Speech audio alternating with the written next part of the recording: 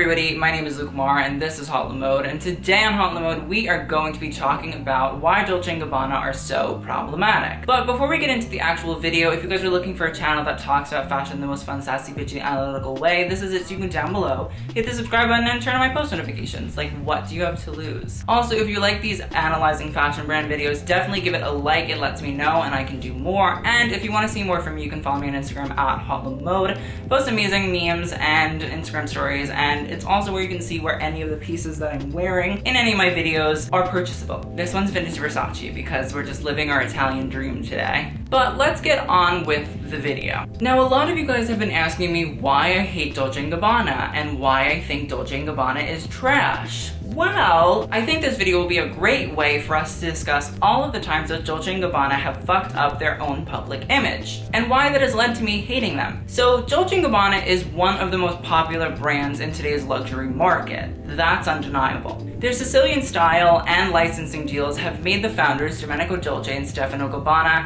household names, or at least household last names. And while the "Can you spell Gabbana" quote from The Devil Wears Prada is iconic, Okay, can you please spell Gabbana?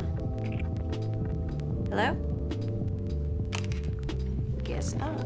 the duo in recent years have become a lot less iconic than they were. Just a little history on Dolce & Gabbana. They showed their first collection in 1985, and that's when the brand was born. They first showed women's wear and then started to show menswear and children's, and also started to do fragrance deals and show a lot of accessories. And for a long time, they weren't really doing anything crazy. They were just Dolce & Gabbana showing good shows. They had those mosaic shows, or the shows where they were doing Napoleonic dress, or the shows where they did really cute little pajama robes. But as of recent years, the duo has come under a lot of fire from the press and from audiences around the world for the way that they talk about people, for the way they talk about social issues, and the way they just present themselves, whether it's on social media or in the media in general. And the worst part is, their design capacity has gone to shit. It's really awful. The clothing is the same every single season, which doesn't even allow us to say, oh, well, at least their clothes are good. And that has lessened the brand in so many different ways. Today's video is essentially going to be a history of Dolce & Gabbana being super problematic, so let's just get into our timeline. The first stop on our Dolce & Gabbana is problematic as fuck tour is their comments on gay marriage and IVF, which is in vitro fertilization, back in March of 2015. In an interview with Panorama, an Italian magazine, the duo stated that children born of IVF are children of chemistry, that they're synthetic children, that uteruses are for rent, and semen is chosen from a catalog. If you don't like IVF, just say you don't like IVF. Don't be a dick about it. Domenico Dolce, who I thought was the less problematic of the two, proved me wrong when he said, I am gay. I cannot have a child. Life has a natural course. Some things cannot be changed. One is the family. A, historically, you're fucking wrong, and B, no, like, don't push your own lifestyle shit on other people. Well, Elton John wasn't very happy about it, and his Instagram post read the duo to filth. Elton John does have children that were born of IVF and found it very offensive, as you probably should. Also, Domenico Dolce and Stefano Gabbana dated for literally 23 years, so like, do you hate yourselves? Like, is internalized homophobia like part of the relationship? Like, let me know. Elton John was joined by the likes of Ricky Martin, who is another early openly gay celebrity. And Chrissy Teigen also stepped in as the queen of Twitter and morals. The designers later apologized by saying that their views were traditional rather than judgmental, and that they believe in freedom and love. 2016 was a doozy for the brand though. They invited social media famous millennials like Cameron Dallas and Sofia Richie to their spring 2017 show. They also introduced a hijab and conservative line. And while many Muslim women were overjoyed that they were finally being recognized by a brand, some also said that the line didn't seem genuine and that it was for monetary value rather than a care for the Muslim community. They also introduced their slave sandal on their e-commerce site, which was garnered with uproar from the internet as well. I mean, if you call something a slave sandal, like, expect it to be shit on, like you're an idiot. 2017 started as a bang when Stefano Gabbana made comments about Lady Gaga's weight during her Super Bowl performance. He also later apologized. Dick. Then for the fall 2017 menswear show, the duo actually had influencers walk. This definitely was a gimmick, and it's something that has continued in most of their menswear shows. It's definitely controversial in the fashion industry because it does take jobs away from models and essentially alienates them from the industry. And it's also controversial because many big influencers like Mahone, Cameron Dallas, Marcus Butler, and Aimee Song all align themselves with the Dolce & Gabbana brand, and that was sad. A little while after that, Stefano Gabbana decided that he was going to call out a few brands for copying some of the Dolce & Gabbana runway pieces. Gucci, Moschino, and Chanel were a few of the brands that were called out.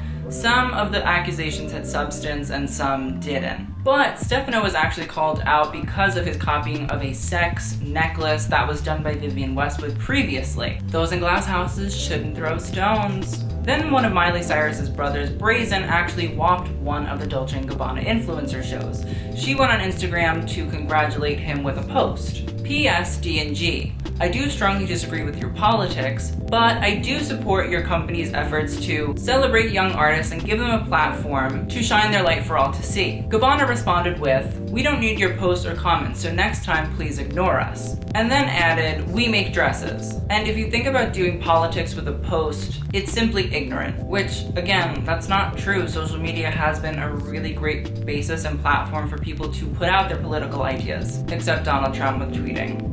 That we're not going to talk about. One of, if not the biggest debacle, came as Melania Trump, the First Lady and wife of Donald Trump, was photographed out and about wearing Dolce & Gabbana. The internet began hashtags to hashtag boycott Dolce & Gabbana after she was wearing numerous pricey looks by the designers. And this all came as a lot of American designers publicly said that they would not be dressing Melania, which is a really uncommon thing for American fashion designers to not dress the First Lady of the United States. After that, the brand decided that they would launch their own hashtag boycott Dolce & Gabbana tee for an exorbitant price after the hashtag became popular on Instagram. Just to let you know, politics and fashion do go hand in hand because the one thing that every single person on this earth does, besides a few nudists, is wear clothes. So clothing has always been political and will always be political. During the same show that Miley Cyrus's brother walked in, Raury, an Atlanta singer and influencer, to show off his chest where lines like "protest" and "D&G give me freedom" were written. In a later GQ interview, Raury said that he felt that the boycott Dolce & Gabbana t-shirt was actually hurtful and was making fun of what protests actually are for, the voice of the people. He also expressed that he felt very unsafe after the show. Bottalo fuori, bottalo fuori. Don't touch him. Bottalo fuori dai coglioni. Let go. Fuori dai coglioni. Hey, don't touch me.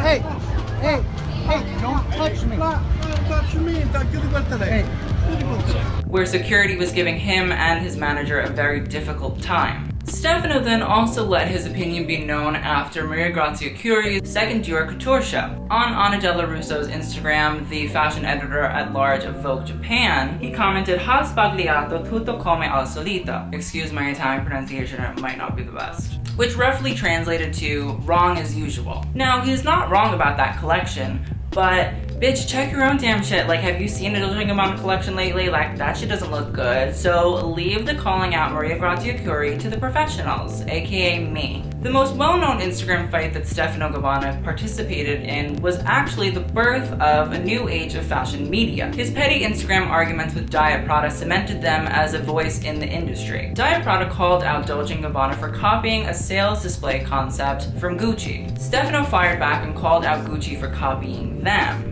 Later, the iconic battle ensued, and Diet Prada did not take any prisoners and they stood their ground, and thank God that they did. This fight actually showed the industry that having a voice that is independent and that does say things that fashion brands don't want to hear is possible. Recently though, Dolce & Gabbana has made a hashtag please say sorry to me shirt, which was one of the iconic lines from Diet Prada's fight with them.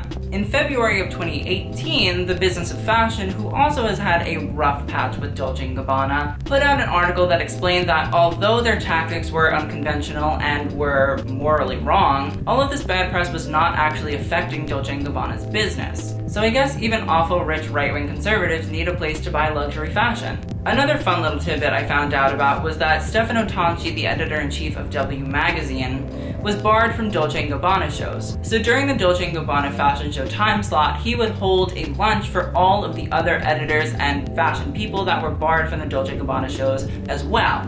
If that is not life goals, I don't know what is. The real reason for this video was Stefano Gabbana's comments on a picture of Selena Gomez on @Catwalk Italia's Instagram page, which was looking at Selena Gomez in an array of red dresses. Stefano from his personal account commented, "È proprio brutta," which roughly translates to, "she's so ugly." So A, wrong. B, I know she has questionable fashion choices. Don't blame her, it's not her fault, she's in a coach contract. C, I don't even really like Selena Gomez, and I'm like, you're just an asshole. Like, why are you saying that? It's so unnecessary. The Selenators, yep, I just said that, aka her fans, quickly rushed to her defense and literally just attacked Stefano on Instagram, and it was beautiful to watch. Even Miley Cyrus, who has had beef with Selena Gomez in the past, came out and said that that's not okay and that is not what should be happening. I love that. Like, setting aside your beef in order to come to another woman's defense is literally what I love about women. Like, it's iconic and I love it, and we're all here for it.